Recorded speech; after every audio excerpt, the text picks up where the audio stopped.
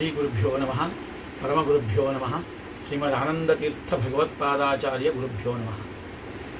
ಬುದ್ಧಿರ್ಬಲಂ ನಿಶೋಧೈರ್ಯಂ ನಿರ್ಭಯತ್ವಂ ಅರೋಗತ ಅಜಾಡ್ಯಂ ವಾಕ್ಪಟುತ್ವಂಚ ಹನುಮತ್ ಸ್ಮರಣಾತ್ ಭವೇತ್. ಶ್ರೀ ಗುರುಭ್ಯೋ ನಮಃ. ಇವತ್ತಿನ ದಿವಸ ನಾನು ಹೇಳಲಿಕ್ಕೆ ಹೊರಟಿರುವಂಥ ವಿಷಯ ಒಂದು ಮಾದರಿಯ ಔಷಧಿ ಬಗ್ಗೆ. ಈ ಔಷಧಿಯನ್ನು ತಯಾರು ಮಾಡಿದವರು ಪ್ರಸಿದ್ಧ ಗಾಯಕರಲ್ಲಿ ಒಬ್ಬರಾದಂಥ, ನಿಮಗೆ ಆಶ್ಚರ್ಯ ಆಗುತ್ತೆ ಯಾಕೆ ಗಾಯಕರು ಹೇಗೆ ತಯಾರು ಮಾಡ್ತಾರೆ ಅಂತ. ಗಾಯಕರಲ್ಲಿ ಒಬ್ಬರಾದಂಥ ಪ್ರಸನ್ನ ಗುಡಿ, ನೀವೆಲ್ಲ ಕೇಳಿದ್ದೀರಾ. ಮಾಧವ ಗುಡಿಯವರ ಶ್ರೇಷ್ಠ ಗಾಯಕರಾದಂಥ ಮಾಧವ ಗಾನ ಭಾಸ್ಕರ ಅಂತ ಪ್ರಸಿದ್ಧಿಯನ್ನು ಪಡೆದಂಥ ಮಾಧವ ಗುಡಿಯವರ ಏಕಮೇವ ಅದ್ವಿತೀಯ ಪುತ್ರ ಪ್ರಸನ್ನ ಗುಡಿಯವರು ತಮ್ಮ ಸಂಗೀತ ವಿದ್ಯೆಯಿಂದ ಈ ಔಷಧಿಯನ್ನು ತಯಾರು ಮಾಡಿದ್ದಾರೆ. ತಯಾರು ಮಾಡಿ ಅದಕ್ಕೆ ಹೆಸರು ನೋಡಿ, ಪಾಂತ್ವಸ್ಮಾನ್ ಅಂತ ಹೆಸರು.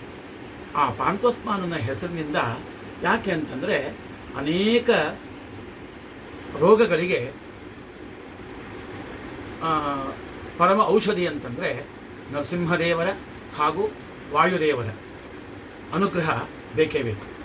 ಹಾಗಾಗಿ ಆ ನರಸಿಂಹದೇವರ ನರಸಿಂಹ ನಖಸ್ತುತಿ ಅಂತ, ಆ ನಖಸ್ತುತಿಯ ಮೊದಲ ಹೆಸರನ್ನು ಅದಕ್ಕೆ ಇಟ್ಟು,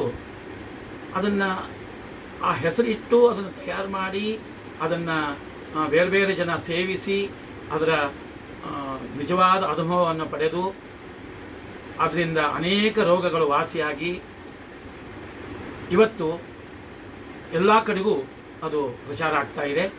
ಹಾಗಾಗಿ ಅಂಥ ಶ್ರೇಷ್ಠವಾದ ಔಷಧಿಯನ್ನು ನಾನು ತೆಗೆದುಕೊಂಡೆ. ನನ್ನ ಅನುಭವ, ನಾನು ಉಡುಪಿ ಕೃಷ್ಣ ಕುಲಕರ್ಣಿ ಅಂತ ಹೇಳಿ ಇಲ್ಲಿ ಬೆಂಗಳೂರಿನ ಒಂದು ಪ್ರತಿಷ್ಠಿತ ಶಾಲೆಯಲ್ಲಿ ಸಂಸ್ಕೃತ ಅಧ್ಯಾಪಕನಾಗಿದ್ದೀನಿ. ನಾನು ಕೂಡ ನನ್ನ ಅನುಭವವನ್ನು ಹೇಳೋದಕ್ಕೆ ತುಂಬ ಸಮಯ ಕಾದೆ. ನಾನು ಸಮಯಾಭಾವದಿಂದ ಸಮಯ ಸಿಕ್ಕಿರಲಿಲ್ಲ. ಈಗ ಅದರ ಅನುಭವವನ್ನು ನಾನು ಹೇಳ್ಕೊತಾ ಇದ್ದೀನಿ. ಅದರಿಂದ ಅನೇಕ ಕಾಯಿಲೆಗಳು ವಾಸಿಯಾಗುವಂಥ ಅವಕಾಶ ಇದೆ.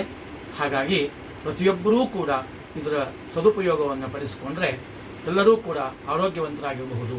ಯಾಕೆ ಅಂದರೆ ಆರೋಗ್ಯ ಈ ರೀತಿ ಔಷಧಿ ಹೇಗೆ ಅಂತಂದರೆ, ರೋಗಗಳು ವಾಸಿಯಾಗ್ತವೆ. ಬರುವಂಥ ರೋಗಗಳು ನಾವು ಹೇಳ್ತಿರ್ತೀವಿ ನೋಡಿ, ಯಾವುದೇ ರೋಗಕ್ಕೆ ಪಿಕಾಸ್ಟಿರಿ ತಗೊಳ್ಳಿ ಅಂತ. ಹಾಗೆ ರೋಗ ಬರೋದನ್ನೂ ತಡೆಯುತ್ತದೆ, ಹಾಗೆ ಬಂದಂಥ ರೋಗವನ್ನು ವಾಸಿ ಮಾಡ್ತದೆ. ವಾಸಿಯಾದ ರೋಗ ಮತ್ತೆ ವಾಪಸ್ ಬರೋದೇ ಇಲ್ಲ ಅನ್ನುವಂಥ ಔಷಧಿ ಇದು. ಹಾಗಾಗಿ ಪ್ರತಿಯೊಬ್ಬರೂ ಇದರ ಉಪಯೋಗವನ್ನು ತಗೋಬೇಕು ಅಂತ ಹೇಳಿ ನಾನು ಪ್ರಾರ್ಥನೆ ಮಾಡಿಕೊಂಡು ನನ್ನ ಮಾತನ್ನು ಮುಗಿಸ್ತೀನಿ. ಧನ್ಯವಾದಗಳು.